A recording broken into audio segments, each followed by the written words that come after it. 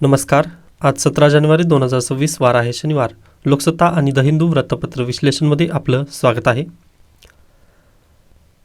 15 जानेवारी रोजी महानगरपालिकेची निवडणूक होती. त्याचा निकाल काल 16 जानेवारी 2026 रोजी लागलेला आहे व त्या निकालापैकी तुम्ही पाहू शकता की भाजप 100%कडे संपूर्णतः महायुतीचा इथं विजय झालेला आपल्याला दिसून आला. त्यानंतर 29 पैकी 24 महापालिकांमध्ये महायुतीची सत्ता. खऱ्या अर्थाने महायुती म्हणण्यापेक्षा आपण BJPची सत्ता असं म्हणू शकतो. चुरशीच्या लढतीनंतर मुंबईत काटावरचे बहुमत. नेक्स्ट, MIMचे राज्यात 100 नगरसेवक आणि दोन्ही राष्ट्रवादीची बिकट अवस्था. या बातम्या तशा पाहिल्या तर UPSC आणि MPSCसाठी महत्त्वाच्या नाही आहेत, पण एक पॉलिटिकल ऑब्झर्वर या नात्याने खूप महत्त्वाची आहे ही बातमी. ओके, भाजप 100%कडे हा नारा तुम्ही कुठेतरी ऐकला असाल पहा. तर अगदीच पहा, 2024 विधानसभा इलेक्शन्स त्या दरम्यान अमित शहा यांनी हा नारा दिला होता की 2024चे इलेक्शन जे आहे ते महायुती म्हणून आपण लढूयात. 29चे जे इलेक्शन्स असतील ते आपण 100% भाजप या नात्याने लढायचं आहे असं त्यांनी कार्यकर्त्यांना दिलेला एक शब्द होता 2029च्या इलेक्शनसाठी व ते आता कदाचित हे पूर्ण होत आहे असं आपल्याला बेसिकली दिसत आहे. विधानसभा आणि नगरपालिकांच्या पाठोपाठ महानपालिकांच्या निवडणुकांमध्ये सर्वाधिक जागा जिंकून 100%च्या दिशेने भाजपची वाटचाल सुरू झाली आहे. त्याबद्दल अगदीच मनापासून देवेंद्र फडणवीस यांचं अभिनंदन. आता अगदीच देवेंद्र फडणवीस यांच्याबद्दल संपूर्ण म्हणजे वृत्तपत्रामध्ये तशा पद्धतीने बातम्या आलेल्या आहेत अभिनंदनपर. त्यानंतर पुढे काँग्रेसची काय अवस्था किंवा काँग्रेस कुठे आहे का नाही असा जर तुम्ही म्हटलात तर काँग्रेस लातूर आणि चंद्रपूरमध्ये त्यांना यश प्राप्त झालेलं आहे. ओके, तर अगदीच त्यांचं पण अभिनंदन. विजयाचा उन्माद नको, देवेंद्र फडणवीस यांचं प्रतिपादन. व काल जे झालं त्याबद्दल अगदीच त्यांनी तशा पद्धतीने खडसावना केली, चांगली गोष्ट आहे. त्यानंतर आपण पुढे जाऊयात. सट्टेबाजी जुगार संकेतस्थळांच्या 242 लिंक बंदी. पहा, लास्ट इयरला केंद्र सरकारने एक कायदा केला व त्यांनी बेटिंगचे जे ॲप्स आहेत त्यांना संपूर्णतः बंदी घातली. मग त्यालाच अनुसरून पहा 242 ज्या लिंक्स होत्या ज्यांच्यामार्फत तुम्ही परत सट्टेबाजी किंवा जुगार खेळू शकत होता त्याला केंद्र सरकारने बंदी घालण्यात आलेली आहे, म्हणजे त्या लिंक्स हटवण्यात आलेल्या आहेत. चांगली गोष्ट आहे. नेक्स्ट न्यूज पहा, जे काल महानगरपालिकेचे जे इलेक्शन झाले त्यापैकी पहा एक जालन्यामध्ये एक विजयी उमेदवार आहेत त्याबद्दलची बातमी आहे की गौरी लंकेश हत्या प्रकरणातील आरोपी जालन्यामध्ये विजयी झालेले आहेत अपक्ष उमेदवार. नेक्स्ट, ठाकरे बंधू दादर, परळ आणि लालबागमध्ये वर्चस्व त्यांचं राहिलेलं आहे, चांगली गोष्ट आहे त्यांच्यासाठी पण पहा. नेक्स्ट आहे MIMच्या पतंगाची राज्यात भरारी. ओके, त्यानंतर पुढची बातमी, चौकशी करणाऱ्या संसदीय समितीच्या वैधतेला आव्हान देणारी न्यायमूर्ती वर्मा यांची याचिका नामंजूर. आता काल सुप्रीम कोर्टामध्ये न्यायमूर्ती दीपंकर दत्ता यांच्या बेंचने न्यायमूर्ती वर्मा यांची याचिका रद्द केली पहा. ओके, पण रद्द करत असताना म्हणजे रद्द केल्यानंतर तर आता फेडेड टॉपिक झालेला आहे, परंतु काही मुद्दे इतर निदर्शनास आलेले आहेत ते महत्त्वाचे आहेत. ओके, त्यामुळे थोडंसं तुम्ही ऐका. तर पहा, मुद्दा काय होता तर न्यायमूर्ती वर्मा यांच्या विरोधात लोकसभा अध्यक्षांनी संसदीय चौकशी समिती नेमलेली आहे, बरोबर.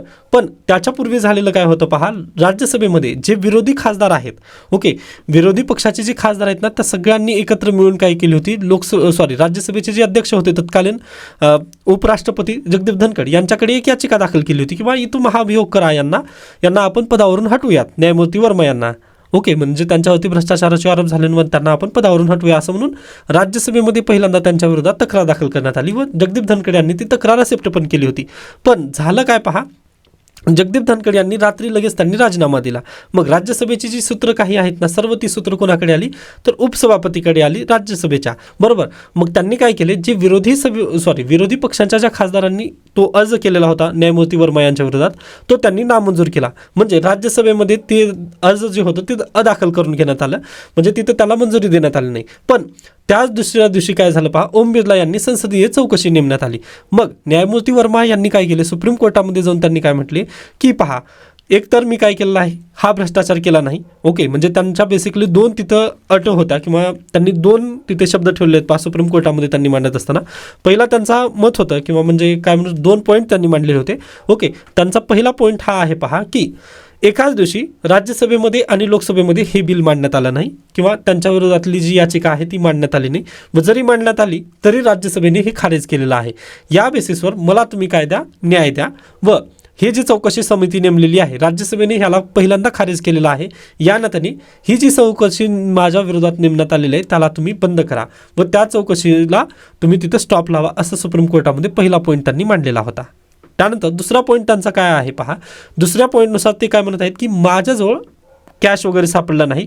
त्यानंतर जे अग्निशमन दल माझ्या घरी आलेलं होतं त्यांनी लगेच त्या दिवशी हे वगैरे काही सीज केलेलं नाही आहे. त्यानंतर पोलिसांनी पण त्या दिवशी काही सीज केलं नव्हतं. मग हे पुन्हा सीज करण्यात आलेलं आहे. म्हणजे ज्या दिवशी क्राईम घडलेला आहे ना त्या दिवशी इथं काहीच झालेलं नव्हतं. मग पुन्हा येऊन माझ्यावरती हे प्लॅन्टेड वगैरे आहे, सर्व काही माझ्या घरी जे पैसा सापडलेला होता ते प्लॅन्टेड आहे असं त्यांचं मत आहे. मग सुप्रीम कोर्टाने पहा ते काल दोन्ही याचिका त्यांच्या खारिज केलेल्या आहेत व त्यांनी म्हटले की नाही, चौकशीचा जो कायदा आहे न्यायमूर्ती चौकशी कायदा 1968 यानुसार तुम्हाला फॉलो करणं गरजेचं आहे व त्यामध्ये न्यायाधीश चौकशी कायदा 1968 यामध्ये पहा असं कुठंच दिलं नाही की राज्यसभा आणि लोकसभा यामध्ये दोन्ही सभागृहांमध्ये एकाच वेळी हे बिल पारित होणं गरजेचं आहे, असं कुठंच दिलं नाही. या निमित्ताने दीपंकर दत्ता यांची बेंच यांनी काय केलं आहे, न्यायमूर्ती वर्मा यांची याचिका खारिज केली आहे किंवा नामंजूर केली आहे. ओके, हाच एवढा पॉईंट तुम्हाला लक्षात ठेवायचा आहे, कारण UPSC परीक्षेला इथून प्रश्न नक्कीच येतो.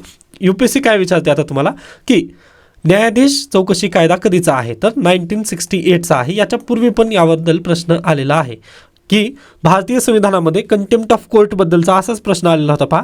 व ती आय थिंक तुम्ही 2022 हा तो प्रश्न होता आय थिंक. ओके, त्यावेळेस काय झालं होतं, कुणाल कामरा याच्या विरोधात कंटेम्प्ट ऑफ कोर्टची केस होती. त्यानंतर प्रशांत भूषण यांना पहा 1 रुपयाचा दंड तिथं लावण्यात आला होता, कंटेम्प्ट ऑफ कोर्ट. ओके, त्यामुळे तेव्हा काय करंट अफेअर्समधून हा प्रश्न घेण्यात आला होता कंटेम्प्ट ऑफ कोर्टच्या कायद्याबद्दलचा. आता अगदी बॅकवर्ड लिंकेजेसमध्ये हा कायदा चालू आहे की न्यायाधीश चौकशी कायदा कधीचा आहे, तर 1968. ठीक आहे, नेक्स्ट न्यूज अतिशय महत्त्वाची आहे. कट ऑफ ओलांडल्यास खुल्या प्रवर्गातून स्थान, नोकरी संबंधी आरक्षणाबाबत न्यायालयाचा महत्त्वपूर्ण निकाल. आता ही केस खूप इंटरेस्टिंग आहे पहा. केरळमधील ही केस आहे. बेसिकली 2013 मध्ये AAI या संस्थेमध्ये भरती निघाली होती. मग त्या भरती प्रक्रियेमध्ये विद्यार्थ्यांनी अर्ज केला पहा. मग विद्यार्थ्यांनी अर्ज केल्यानंतर एक विद्यार्थी होता. ओके, म्हणजे आता आपण काय करूयात, मी थोडंसं एक स्वरूप तयार करण्याचा प्रयत्न करेन, म्हणजे एक उदाहरण स्वरूप घेऊयात आपण आता. ओके, इथं पहा जनरलचं मेरिट लागलं किंवा जनरलच्या विद्यार्थ्याला इथं पडले पहा 200 पैकी आउट ऑफ 200चा पेपर होता पहा. ओके, व जनरलच्या विद्यार्थ्याला पडले 90 किंवा कट ऑफ जनरलच्या विद्यार्थ्याचं 90च लागलेलं आहे. व बाकी SCच्या विद्यार्थ्याला इथं हा आहे जनरल कॅटेगरीचा फर्स्ट स्टुडंट आहे जनरलचा 90. आणि SCचा विद्यार्थी जर तुम्ही पाहिलात ना तर अगदीच पहा 190ला गेलेला आहे. ओके, 190ला हा गेलेला आहे व इथे जनरलचा विद्यार्थी आहे फक्त पहिला. आता तुम्ही लक्षात घ्या, हा फर्स्ट आहे. व या दोघांचा पण कट ऑफ जर तुम्ही पाहिलात, एकच मिनिट, कट ऑफला आपण काय करूयात, दुसरी पेन घेऊयात. व कट ऑफ आहे पहा, जनरल कॅटेगरीचा कट ऑफ लागलेला आहे 75 व SC कॅटेगरीचा कट ऑफ लागलेला आहे 60. ओके, पण हा एकमेव विद्यार्थी आहे 190वाला. तो विद्यार्थी कुठे गेलेला आहे, तर अगदी जनरलच्या पेक्षा पण तिप्पट पुढे गेलेला आहे. ओके, म्हणजे जनरल कॅटेगरीचा पहिला विद्यार्थी कितीचा आहे, 90चा आहे. पण SC कॅटेगरीचा विद्यार्थी तो 190 पडलेले आहेत त्याला. व SCमध्ये जर कट ऑफ तुम्ही पाहिला तर 60 आहे व जनरल कॅटेगरीचा कट ऑफ आहे 75. बरोबर, मग असं असताना काय करायचं आता. मग सुप्रीम कोर्टामध्ये ही केस गेली. ओके, मग सुप्रीम कोर्टाने याबद्दल काल निर्णय दिलेला आहे की जो SCचा हा जो एकदम पुढे गेलेला विद्यार्थी आहे, म्हणजे 190 त्याला पडलेले आहेत, जे की जनरलच्या आपण पुढे गेलेला आहे, या विद्यार्थ्याला तुम्ही कोणतं कन्सिडर करायचं, तर जनरल कॅटेगरी स्टुडंट कन्सिडर करायचं, असं सुप्रीम कोर्टाने काल सांगितलेलं आहे. बाकी याच्याबद्दल तुम्ही जाऊ नका डीपमध्ये.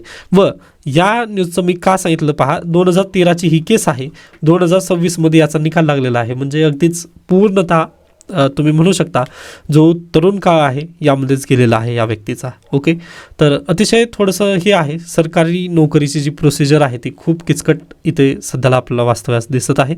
ओके, पण तुम्ही लक्षात घ्या, जर तुम्ही कॅटेगरीमधून असाल व जनरल कॅटेगरीच्या पेक्षाही जर तुम्हाला जास्त गुण असतील तर तुम्हाला जनरल कॅटेगरीचा स्टुडंट तिथं समजला जातो.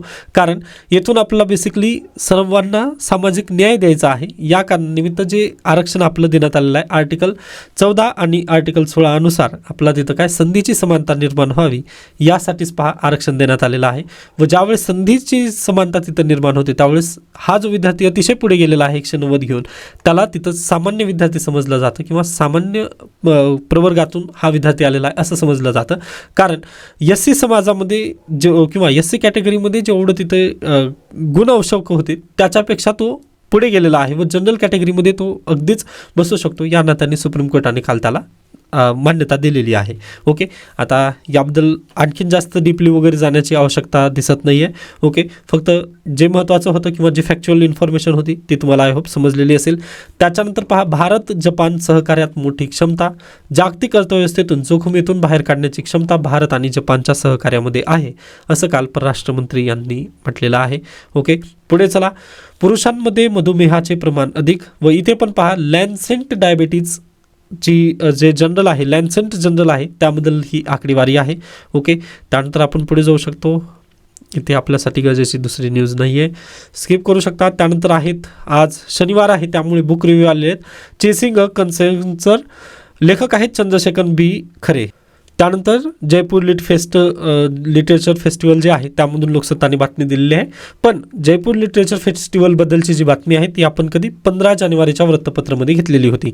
ओके, त्यामुळे प्लीज 15 जानेवारीचं जे वृत्तपत्र विश्लेषण आहे ते तुम्ही पाहून घेऊ शकता. नेक्स्ट आहे पहा, सिटी ऑफ इंटेलेक्ट. हे पुस्तक आहे, कोण आहेत त्याचे लेखक? निकोलस बी डर्क्स. पहा, UPSC असू द्यात किंवा MPSC असू द्यात, त्यांनी आता बुकबद्दल विचारत आहेत, बुक आणि त्याचे लेखक विचारत आहेत व अगदी सरळ सेवापासून ते UPSC सिव्हिल सर्व्हिसेसपर्यंत हे महत्त्वाचे आहेत. त्यामुळे प्लीज हे जे बुक रिव्ह्यू येत आहेत थोडंसं तुम्हाला माहिती असणं गरजेचं आहे. म्हणजे लेखक आणि बुक कोणते आहेत हे तरी लक्षात ठेवा तुम्ही. Okay, done. त्याच्यानंतर शत्रू शरण मित्रांचे मरण. आता हा आर्टिकल पाहिल्यानंतर म्हणजे थोडंसं लोकसत्ताचे जे आर्टिकल असतात ना मजेशीर असतात, पण बेसिकली हा आर्टिकल मी वाचू शकत नाही पब्लिक प्लॅटफॉर्मवरती. परंतु इथे जो कोर मुद्दा दिलेला आहे याच्यापूर्वी पण म्हणजे अगदीच तुम्ही जर पॉलिटिकल ऑब्झर्वर असाल ना, तुमची जी थिअरी पूर्वीची आहे ती अगदी यशस्वी झालेली आहे किंवा यस तुम्ही इथं म्हणू शकता. ओके, पण याच्यापूर्वी पण मी म्हटलं ना की सर्वप्रथम मुख्यमंत्री देवेंद्र फडणवीस यांचे मनपूर्वक अभिनंदन. त्याची प्रमुख कारणे 2 आहेत, ते आपल्यासाठी गरजेचे नाहीत, पण त्यांचं अभिनंदन आपण नक्कीच केलेलं आहे. डन. बाकी शक्य झालं तर हा आर्टिकल वाचा. तुम्हाला म्हणजे महाराष्ट्राचं राजकारण किंवा अगदीच देशाचं जे राजकारण आहे कुठं जात आहे हे तुम्हाला नक्की समजून येईल. ओके, प्लीज पॉलिटिकल ऑब्झर्वर किंवा तुम्हाला जर आवड असेल तर नक्की वाचू शकता, पण बाकी आपल्यासाठी गरजेचं नाही. त्यानंतर पियर द कुबोतांनी दिलेले विश्वभान. पहा, मी हा आर्टिकल वाचला पण मला यामधून जास्त काही म्हणजे खोदा पहाड निकला चुहा या पद्धतीचा हा आर्टिकल आहे, त्यामुळे मी या आर्टिकलला नक्कीच स्किप करण्यास सांगेन. पहा, म्हणजे हे तुम्हाला शारीरिक शिक्षण आणि खेळामधून काय मिळतं हे तुम्ही अगदीच स्वतःहून निबंधामध्ये हे पॉईंट्स लिहू शकता. त्यासाठी विश्लेषण वगैरे करण्याची मला आवश्यकता वाटली नाही. नेक्स्ट आहे, राजकारणामुळे जननायकन सेन्सॉरच्या कचाऱ्यात. आता आपल्या भारतीय संविधानामध्ये आर्टिकल 19 आहे व त्यावरून प्रश्न UPSC GS2ला मेन्स परीक्षेला पण हा प्रश्न विचारला जाऊ शकतो. त्यानंतर प्रिलिमला पण हा प्रश्न विचारला जाऊ शकतो. यासाठी बॅकवर्ड लिंकेजेसमधून हा मी आर्टिकल डिस्कस करत आहे. आता थोडासा इश्यू समजून घेऊयात आपण. पहा, इश्यू समजून घेण्यासाठी आपल्याला तमिळनाडूचं राजकारण पाहावं लागेल. ओके, मग तमिळनाडूच्या राजकारणामध्ये लास्ट इयरला उडी मारली थलपती विजय यांनी. ओके, ॲक्टर आहेत ते. मग त्यांनी लास्ट इयर डिसेंबर 18ला पहा त्यांनी एक घोषणा केली किंवा डिसेंबरमध्ये त्यांनी एक घोषणा केली की हा माझा शेवटचा चित्रपट असेल जय नायगन व त्यानंतर मी राजकारणात एंट्री केलेली आहे. त्यामुळे पुढे मार्च एप्रिलमध्ये आता इलेक्शन्स आहेत तमिळनाडूमध्ये, त्यामुळे पुन्हा मला वेळ मिळणार नाही चित्रकरण वगैरे करण्यासाठी, त्यामुळे हा माझा चित्रपट शेवटचा असेल जय नायगन. म्हणून त्यांनी काय केलं पहा, 18 डिसेंबर रोजी त्यांनी सेन्सर बोर्डाकडे त्यांचा चित्रपट पाठवला. सेन्सर बोर्डांनी पहा त्यावरती 27 कट्स मारले व त्यांनी म्हटले की हे 27 कट तुम्ही आणून द्या, आम्ही तुमच्यावरती काय करूया परत तुम्हाला ह्यांचं सर्टिफिकेशन देऊ. पण ज्यावेळेस परत ते 27 कट करून आणले व 2 जानेवारी रोजी त्यावेळेस सेन्सर बोर्डाकडे वापस गेले, त्यावेळेस सेन्सर बोर्डाने त्यांना 16A अशा पद्धतीने प्रमाणपत्र देऊ, आम्ही तुम्हाला चांगलं सर्टिफिकेट वगैरे देणार नाही असं त्यांनी तिथं सांगितलं. मग ठीक आहे असं म्हणून त्यांनी केले, पण तरी देखील पहा त्यांना सर्टिफिकेट इथं दिलेलं नाही. सर्टिफिकेट का दिलं नाही सेन्सर बोर्डाने? तर सेन्सर बोर्डामध्ये जो एक व्यक्ती आहे त्यांनी म्हटले की यामध्ये धार्मिक काही प्रॉब्लेम्स आहेत. त्यानंतर अगदीच तुम्ही जे इंडियन मिलिटरी आहे, भारतीय सेना यांच्याबद्दल पण चांगले वक्तव्य वगैरे इथं केलं नाहीत, यामुळे अगदीच समाजाची भावना वगैरे तिथं दुखावली जाईल असं कारण देत पहा सेन्सर बोर्डाने त्यांच्याबद्दलचं हे जे सर्टिफिकेशन होतं ते त्यांनी नाकारलं. मग हे सर्टिफिकेट नाकारल्यानंतर प्रॉब्लेम काय झाला पहा, सर्वजण गेले हायकोर्टामध्ये, केरला हायकोर्टामध्ये हे सर्वजण गेले. मग केरला हायकोर्टामध्ये गेल्यानंतर केरला हायकोर्टाचा 9 जानेवारीचा निकाल आला. सॉरी मद्रास हायकोर्टामध्ये गेले, माफ करा, केरला हायकोर्टाची दुसरी केस होती, ती मेरिट बेसिसची ती केस होती. तर मद्रास हायकोर्टाने निकाल दिला विजय यांच्याकडून. परंतु प्रॉब्लेम परत सेन्सर बोर्डाकडे आला. सेन्सर बोर्डाने म्हटले की नाही, आम्ही हे देऊ शकत नाही, यामध्ये हायकोर्टाचं इंटरफेअर आहे असं आम्ही समजू शकतो व 16 इयर्स सर्टिफिकेट आम्ही देऊ शकणार नाही असं म्हणत त्यांनी परत दिरंगाई लावायला चालू केली. मग यालाच अनुसरून पहा, आता थलपती विजय यांची जी टीम आहे किंवा जे प्रोडक्शन हाऊस आहे ते कुठे गेलेत, आता सुप्रीम कोर्टामध्ये गेलेत. ओके, तर हे आहे केस आणि हे आहे स्ट्रक्चर. पण मग आता थलपती विजय यांचं हा शेवटचा चित्रपट आहे, ही एक प्रमुख बाब तिथे. मग हे राजकारणाच्या सेन्सर बोर्ड याला का तिथं संधी देत नाही आहे किंवा चित्रपट का तिथं समस्या निर्माण होत आहे याबद्दल थोडंसं बोलणं आता गरजेचं आहे. पहा तुम्ही, व UPSC पण इथूनच प्रश्न काढेल. कारण ज्यावेळेस तुम्हाला लास्ट इयरला एक मूवी आलेला होता पहा, महात्मा ज्योतिबा फुले यांच्याबद्दलचा. ओके, त्यावेळेस पण असंच झालेलं होतं पहा, महात्मा ज्योतिबा फुले मूवीबद्दल सेन्सर बोर्डाने काय केलं होतं, लगेच कट वगैरे तिथं करण्यास सांगितले किंवा नाही म्हटले आम्ही तुम्हाला सर्टिफिकेशन वगैरे देऊ शकत नाही असं म्हणून त्यांना पण तिथं काही कट्स वगैरे करायला लावले. त्याच्यानंतर आणखीन एक मूवी आहे आय थिंक, त्यानंतर तुम्हाला आठवत असेल पहा, सितारे जमीन पर मूवी. सितारे जमीन पर मूवीला पण त्यांनी अडवलं होतं. का अडवलं होतं, तर एक स्टेटमेंट तिथं पहिल्यांदा इंट्रोडक्शनमध्ये टाकायला त्यांनी लावलेले होते. ओके, मग हे स्टेटमेंट वगैरे किंवा म्हणजे यामुळे होत आहे काय, तर सेन्सर बोर्ड जे आहे, ओके, ते बेसिकली कोणाच्या अंतर्गत काम करत आहे, तर पॉलिटिकल पार्टीच्या अंतर्गत काम करत आहे. हे बेसिकली आपल्याला इथून दिसत आहे. ओके, पॉलिटिकल बॉडी किंवा पॉलिटिकल पार्टीज हे चालवत आहेत की काय, असा तिथं एक गंध आपल्याला बेसिकली येत आहे. का असं म्हणतोय, तर मी तुम्हाला उदाहरणं दिलेली आहेत मूवीजची. ओके, ती मूवीज तुम्ही जाऊन पहा किंवा सितारे जमीन पर ज्यावेळेस इंट्रो होतं ना, त्यावेळेस तुम्ही जेव्हा पाहता ना, त्यावेळेस हे सर्व पूर्ण गोष्टी तुम्हाला नक्की समजून येतील. ओके, मग यामुळे काय होत आहे, जे समाजामध्ये आता अगदीच याच्यापूर्वी पण UPSCने प्रश्न विचारून झालेला आहे की साहित्य समाजाचा आरसा असतो, बरोबर आहे. मग चित्रपट पण पहा समाजाचा आरसा असतो. पण काय होईल, जिथं जे साहित्य असेल किंवा जे सेन्सर बोर्ड असेल तिथे अगदीच पॉलिटिकल व्यक्ती जर जाऊन बसलेत तर काय होईल, तर अगदी असं होतं पहा. आता इथे आता या चित्रपटामध्ये दाखवण्यात काय आलेलं आहे, तुम्ही शक्य झालं तर ट्रेलर जाऊन पाहू शकता जय नायगन या चित्रपटाचं. आता अगदी मी त्याला प्रमोट करत नाही आहे, परंतु आर्टिकल 19 हे समजून घेण्यासाठी याची खूप आपल्याला गरज आहे पहा. ओके, व UPSCने जर आर्टिकल 19 वरती उद्या जर प्रश्न विचारला ना, तर तुम्हाला अगदी जे जे महत्त्वाचं आहे तेच लिहायचं आहे, बाकी जय नायगनची स्टोरी नाही लिहायची तिथं. ओके, तर पहा, आता अगदीच आपण चर्चा काय करत होतो की साहित्य समाजाचा आरसा असतो, बरोबर आहे. मग पहा, समाजामध्ये जे काही सध्याला चालू आहे ते अगदीच आपल्याला काय एका मोठ्या पडद्यावर दाखवण्याचं काम किंवा अगदी जर काही कविता असतील, आता तुम्ही अतुल कुलकर्णी सरांना जर फॉलो करत असाल तर त्यांनी काल चांगली कविता लिहिली होती पहा, अगदी तसं तिथं दाखवण्यात येतं किंवा म्हणजे त्या छोट्याशा कवितांमधून वगैरे तिथं दाखवण्यात येतं. अगदी आजच नाही आहे हे, तर अगदी म्हणजे भारतीय इतिहासामध्ये हे याच्यापूर्वीपासून झालेलं आहे. ओके, त्यामुळे त्यावेळेसचं समाज कसं होतं हे आपला त्यावेळेसच्या साहित्यातून समजतं. आज देखील तसंच आहे पहा, ज्यावेळेस आपण हे चित्रपट पाहू किंवा अगदी अमिताभ बच्चनचे या जर चित्रपट पाहिले तर आपल्याला समजून येतं की त्यावेळेसचा समाज कसा होता. कारण पहा, त्यावेळेस आपण जगलं नाही किंवा म्हणजे त्यावेळेस आपण ते हयातच नव्हतो ना. ओके, म्हणजे जन्मलंच नव्हतं आपण, त्यामुळेच अमिताभ बच्चन यांच्या वेळेसचा समाज कसा होता ते माहिती नाही आपल्याला. ओके, आपण ते केव्हा पाहिलेलं आहे, तर मूवीजमधूनच आपल्याला ते समजून आलं. ओके, आपल्या आईवडिलांनी ते पाहिलेलं होतं. पण आता अगदी आपण आपल्या पुढची पिढीला सांगू शकत नाही की असं असं होतं. मग ते कसं सांगू शकतो, म्हणजे आपण नसल्यानंतर त्यांना कसं समजणार ना. मग ते आपण साहित्यामधून किंवा चित्रपटांमधून ते प्रिझर्व करून ठेवू शकतो पहा. यासाठीच हे साहित्य किंवा जे चित्रपट आहेत ते महत्त्वाचे आहेत व याला आर्टिकल 19 तिथं दिलासा देतं. व आर्टिकल 19मध्ये डॉक्टर बाबासाहेब आंबेडकरांनी एक पॉईंट टाकलेला आहे पहा की एनी फॉर्मॅट टाकलेला आहे तिथे. ओके, म्हणजे तुम्हाला स्वतंत्र आहे व एनी फॉर्मॅट म्हणजे पहा, फक्त वृत्तपत्रामधून बोलायचं किंवा अगदी साहित्य लिहून बोलायचं एवढंच नाही आहे. ओके, तर त्यांनी एनी प्लॅटफॉर्म हा टाकलेला आहे. म्हणजे उद्या चालून फेसबुकवरती पोस्ट वगैरे येईल. आता म्हणजे आर्टिकल 19 ज्यावेळेस मी शिकवेन ना, म्हणजे फंडामेंटल राईट ज्यावेळेस शिकवतो त्यावेळेस मी यामध्ये खूप डीपली जातो तुम्हाला घेऊन. पण आता थोडक्यात मला बोलायचं आहे, त्यामुळे स्वतःलाच आवडण्याचा प्रयत्न करतो आहे. तर पहा, एनी फॉर्मॅट आहे तिथे. मग एनी फॉर्मॅट म्हटल्यानंतर त्यामध्ये चित्रपट पण आलं पहा. ओके, मग याच कारणानिमित्त जय नायगन या चित्रपटाला तिथं सेन्सॉरशिप असं कात्री लावू शकत नाही ते की पॉलिटिकल आयडिओलॉजीच्या बेसिसवरून. व पहा, फक्त एका व्यक्तीने तिथं त्याला नकार दिलेला आहे. बाकीची सेन्सॉरशिपची जी बॉडी आहे ना, त्यांनी त्याला क्लिअरच दिलेलं आहे. फक्त एका व्यक्तीने त्याला जर नकार दिलेला असेल तर हे चुकतं. त्यानंतर जे मद्रास हायकोर्ट आहे त्यांनी पण याला अप्रुव्हल दिलेलं आहे. परंतु सेन्सॉर बोर्ड काय म्हणत आहे की नाही, आम्ही याला दुसऱ्या चौकशी समितीकडे नेमतो. मग यामुळे काय होणार आहे पहा, जे प्रोडक्शन हाऊस त्यांनी जेवढा पैसा लावलेला आहे ते काय होतील तिथं, मग त्यांचे अगदीच पहा त्यांचा राईट टू व्यवसाय राईट टू बिझनेस जो आहे तो पण तिथं ठप्प होईल. ते कधीचं आहे? राईट टू बिझनेस हे कोणतं आर्टिकल आहे? आर्टिकल 19 परत एकदा. ओके, मग यामधून काय पहा, त्याला तिथं बेसिकली चॅलेंज होत आहे. मग आता पाहूया त्याबद्दल सुप्रीम कोर्ट तिथे काय स्टँड घेईल. त्याच्यानंतर पहा, जय नायगन किंवा थलपती विजय यांनी चित्रपटच का निवडला. आता अगदी तुम्ही जेव्हा ट्रेलर पाहता ना त्यामधून तुम्हाला लक्षात येईल की त्यांनी असं का केलेलं आहे किंवा चित्रपटच त्यांनी का फॉर्मॅट निवडला. ओके, म्हणजे तो चित्रपटामध्ये त्यांनी ट्रेलरमध्ये दाखवलेला आहे की भ्रष्टाचार वगैरे किती आहे व बेसिकली ते सध्याला कोणाला टार्गेट करत आहेत, सध्याचे जे CM स्टॅलिन आहेत त्यांच्या विरोधात ते चित्रपट बनवल्यासारखं आपलं ते बेसिकली दिसत आहे. ओके, ट्रेलर पाहिल्यानंतर ते सर्वांना समजूनच येणार आहे किंवा थलपती विजय यांचं नाव पाहिल्यानंतर लगेच तुम्ही समजून जाता. यांचे पूर्वीचे तुम्ही जे त्यांनी डिबेट वगैरे केलेले आहेत त्यावरून तो तुम्हाला किंवा अगदी छोट्या बच्चाला पण ते लक्षात येणार आहे. पण यामध्ये जर तुम्ही तमिळनाडूची हिस्ट्री जर पाहिली ना तर तमिळनाडूचा इतिहासच तसा राहिलेला आहे. काँग्रेसला ज्यावेळेस त्यांनी स्वाईप आउट करून टाकले पहा, त्यावेळेस पहिल्यांदा त्यांनी चित्रपटाची सहायता तिथे घेतलेली होती.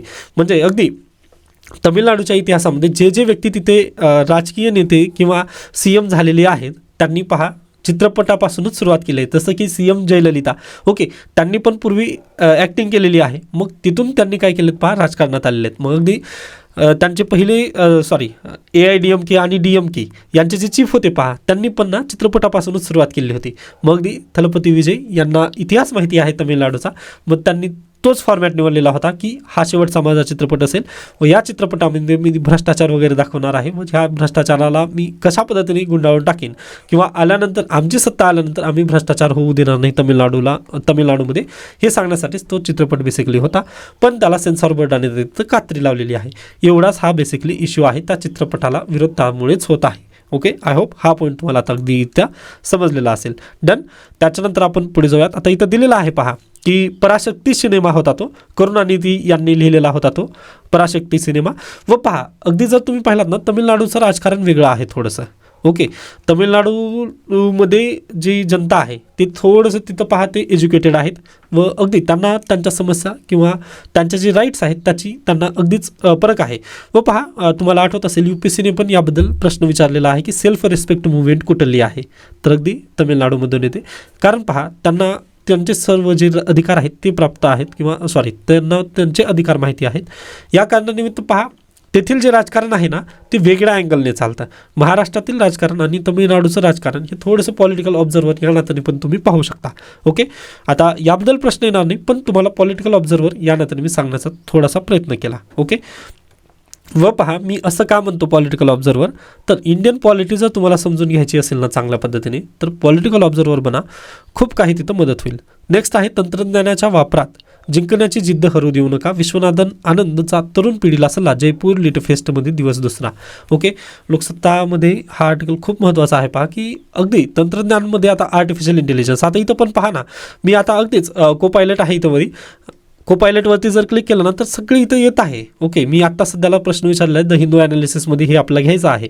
पण पहा इथे काय होणार आहे, मी जी PYQ वगैरे पूर्वी बुकमधून किंवा जे आपल्याकडे पेपर्स आहेत त्यामधून जे पाहायचं ना तर नाही, ते आता काय होतं डायरेक्टली आर्टिफिशियल इंटेलिजन्सला वापरलं की लगेच त्याचं एका सेकंदामध्ये ते जबाब देत आहे. मग त्यामध्ये काय होत आहे पहा, थोडंसं आपली जी जिद्द आहे ती ना म्हणजे पेपर उघडून वगैरे पाहण्याची ती थोडीशी कमी होत आहे ते. मग विश्वनाथन आनंद यांचं तेच म्हणणं आहे की तुम्ही AIच्या तंत्रज्ञानाच्या मदतीने तुम्ही तुमची स्वतःची जी जिद्द आहे ना ती हरवू नकात. ओके, ठीक आहे. त्याच्यानंतर पुढे चला, स्टार्टअप तंत्रज्ञानात जागतिक नेतृत्वाचे ध्येय, पंतप्रधान नरेंद्र मोदी यांची प्रतिक्रिया. आता ही बातमी आपण द हिंदूमध्ये फ्रंट पेजलाच पाहणार आहोत. त्याच्यानंतर व्हेनेझुएलाचे मचाडो यांचे शांततेचे नोबेल पुरस्कार जो होता तो त्यांनी ट्रम्प यांना भेट दिलेला आहे. म्हणजे अगदीच खूप बेस्ट न्यूज आहे ही आजची. ओके, त्यानंतर पुढे चला, देवा भाऊ है तो मुमकिन है. तर अशा पद्धतीने आजचं लोकसत्ता इथं संपतो. नेक्स्ट आहे आजचं द हिंदू. द हिंदूमध्ये पहा, हायेस्ट ॲन्युअल स्पाइक सॉ 44,000 startup added in 2025 says PM. पहा काल पंतप्रधान नरेंद्र मोदी यांनी 16 जानेवारी 2016 रोजी जी स्टार्टअप इंडिया स्कीम लॉन्च केली होती त्याला त्यांनी 10 वर्ष कंप्लीट झाली याबद्दल बोलत होते. ते म्हणत आहेत पहा की आता विश्वामध्ये 3ऱ्या नंबरला भारत आहे स्टार्टअप योजनेअंतर्गत. व पहा जवळपास आज घडीला म्हणजे 2014ला ज्यावेळेस सत्ता आली होती त्यावेळेस फक्त 4 स्टार्टअप आपल्या देशात काम करत होते, ते आता 2 लाखपेक्षा जास्त झालेले आहेत. व एकट्या 2025मध्ये 44,000 स्टार्टअप तिथं ॲड झालेले आहेत. ओके, ही आपल्यासाठी खूप चांगली गोष्ट आहे पहा. ओके, मग आता स्टार्टअप इंडियाबद्दलचा प्रश्न येतो का UPSCला? तर बिलकुल येतो व याच्यापूर्वी पण आलेले आहेत. तर ते पहा. तत्पूर्वी आपण काय करूया, तर स्टार्टअप इंडिया म्हणजे काय किंवा त्याची जी स्कीम आहे, काय बोलते ती स्कीम ते पाहून घ्या. तर पहा, इथं दिलेलं आहे की स्टार्टअप इंडिया ही स्कीम अंतर्गत पहा, एखादी जर तुम्ही कंपनी काढलात तर त्या कंपनी ती जर कंपनी चांगली असेल व गव्हर्नमेंट ऑफ इंडियाला पण ते स्टार्टअप तुमचं जर आवडलेलं असेल, म्हणजे अगदी चांगल्या पद्धतीने तुम्ही परमिशनमधून वगैरे जर ते काम केलं असेल, जसं की अनअकॅडमी आहे पहा. ओके, एडटेक कंपनी आहे. ओके, म्हणजे एक नवीन काहीतरी आयडिया पाहिजे तुमच्याकडे.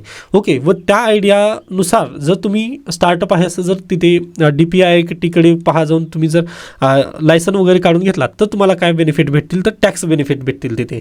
तर पहिल्या 10 वर्षामध्ये पहा, पहिल्या 10 वर्षामध्ये कोणत्याही 3 वर्षामध्ये तुम्हाला टॅक्स तिथं आवश्यकता नाही आहे, टॅक्स तिथं देण्याची गरज नाही आहे. त्यानंतर कॅपिटल गेन टॅक्समधून पण तुम्हाला काय तिथं मुभा आहे. ओके, तुम्हाला संपूर्ण जे जसं की एखादी मोठी कंपनी असते, जसं की टाटा कंपनी आहे. ओके, टाटा कंपनीवरती जेवढे बंधनं असतील तेवढे स्टार्टअप कंपनीवरती तिथं बंधन नसतील. त्यानंतर पहिल्यांदा तुम्हाला इन्कम टॅक्स पण द्यायची नाही आहे पहा. जसं की अनअकॅडमीला स्टार्टअप जर म्हटलं तुम्ही तर अगदी त्यांना सगळं तिथे मुभा वगैरे होती, टॅक्सेशनमध्ये वगैरे तर तो मुभा देण्यात आली. यामुळे झालं काय, तर अगदीच पहा, पहिल्यांदाच आपल्याला गव्हर्नमेंटला पैसे द्यायचं नाही म्हटल्यानंतर आपण काय करू शकतो पहा, जास्त इन्व्हेस्ट करू शकतो. व जास्त इन्व्हेस्ट केल्यानंतर अगदीच आपल्याला तिथं बेसिकली मदत होते. कारण अगदी जर बिझनेस प्रस्थापित करायचा म्हटलं आपल्याला तर काय लागतं, पैसा लागतो, कॅपिटल लागतं. व अगदी पहिल्याच दिवशी आपल्याकडे पहा डायरेक्टली चांगलं रिटर्न किंवा पहिल्याच दिवशी आपला प्रॉफिट निर्माण होणार नाही. मग प्रॉफिट येणार नाही, या नात्यानेच आपण काय करतो पहा, कॅपिटलवरती आपण थोडंसं जगत असतो. मग 1-2 वर्ष झाल्यानंतर आपल्याकडे प्रॉफिट वगैरे यायला लागतं.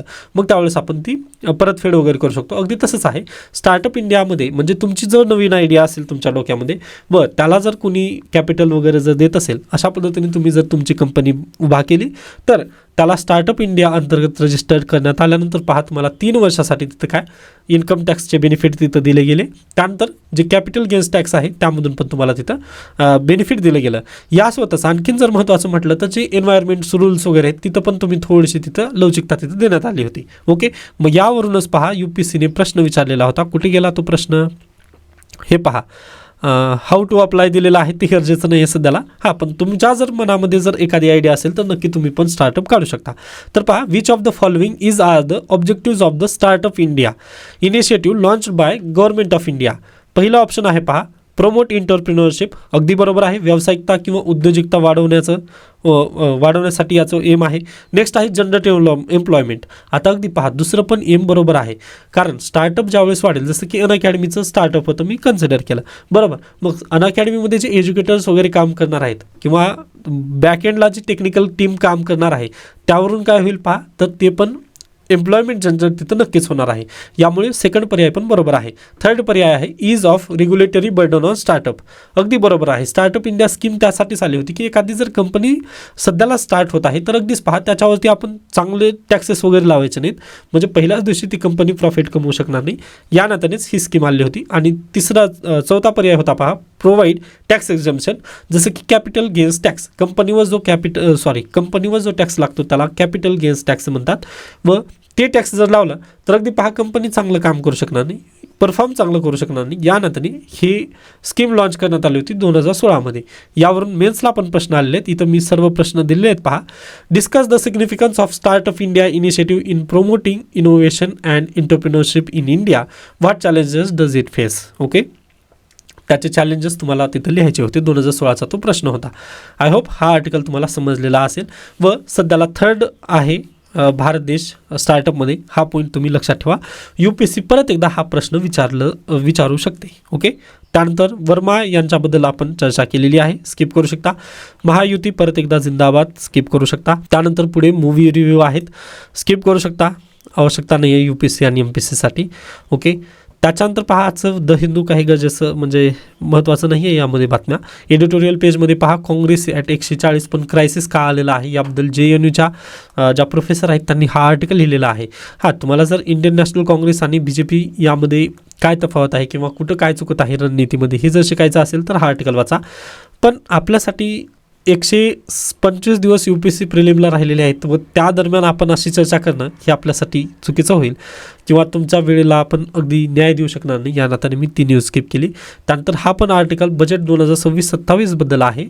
थोडंसं थांबा, 15 दिवसानंतर बजेट येणारच आहे व मी डिस्कस करणारच आहे, त्यामुळे हा पण आर्टिकल आपण इथं स्किप करत आहोत. ओके, त्यानंतर ग्राउंड झिरो रिपोर्ट वगैरे काहीच गरजेचं नाही आहे, पहा. ओके, स्किप करू शकता. त्याच्यानंतर हायकोर्ट सेंटर्स म्हणजे इराणमध्ये आपले 16 इंडियन जे सीफेरर्स आहेत ते तिथं फसलेले आहेत. मग त्याबद्दल हायकोर्टनी प्रश्न केला आहे, दिल्ली हायकोर्टाने सेंट्रल गव्हर्नमेंटला प्रश्न केलेला आहे की बा तुमचं याबद्दल काय स्टँड आहे. आता ही न्यूज पहा सध्याला बनत आहे. ओके, व इंडियन पॉलिटी आणि इंटरनॅशनल रिलेशन मी शिकवतो या नात्याने मला ह्या न्यूज समजतात. काळजी नका करू, ही न्यूज प्रोसेसमध्ये आहे, पुढे आपण पाहणारच आहोत. ओके, त्याच्यानंतर पहा परत मला आवाजाचा प्रॉब्लेम होत आहे. या निमित्ताने ही जी बातमी आहे अतिशय महत्त्वाची बातमी होती, पण या बातमीला मी परत उद्यासाठी ही बातमी कन्सिडर करत आहे. ओके, शक्य झालं तर किंवा म्हणजे थोड्या वेळानंतर मी सेपरेट व्हिडिओ करून या बातमीला तुमच्यापर्यंत पोहोचवण्याचा नक्की प्रयत्न करेन. कारण democratic institutions need to be transparent. Om Birla यांनी खूप महत्त्वाचा इथं पॉईंट बोललेला आहे व डॉक्टर बाबासाहेब आंबेडकर यांनी पण हाच मुद्दा ठेवून त्यांनी इन्स्टिट्यूशन्सची स्थापना केली होती. व गांधी आणि आंबेडकर यांच्याबद्दल जर ज्यावेळेस चर्चा करायची म्हटलं ना तर मी यावरूनच सुरुवात करतो, पहा. ओके, व UPSCने पण प्रश्न विचारलेले आहेत गांधी विरुद्ध आंबेडकर यांच्याबद्दल. ओके, तर अगदीच मला थोडासा वेळ द्या किंवा मी क्लासेसमध्ये तर ना डिस्कस करेन. ओके, शक्यतो आपण काय करूयात तर यांचं गांधी विरुद्ध आंबेडकर अशा पद्धतीने थोडंसं UPSCला जसं उत्तर पाहिजे त्या पद्धतीने मी हे करण्याचा प्रयत्न करेन. ओके, म्हणजे कम्पॅरेटिव्ह स्टडी करण्याचा आपण प्रयत्न करूयात. आज थोडंसं मला थांबावं लागेल, परत आपण उद्याच्या लेक्चरमध्ये नक्की भेटूयात. याबद्दल काही शंका काही सजेशन असतील तर नक्की सांगू शकता. धन्यवाद.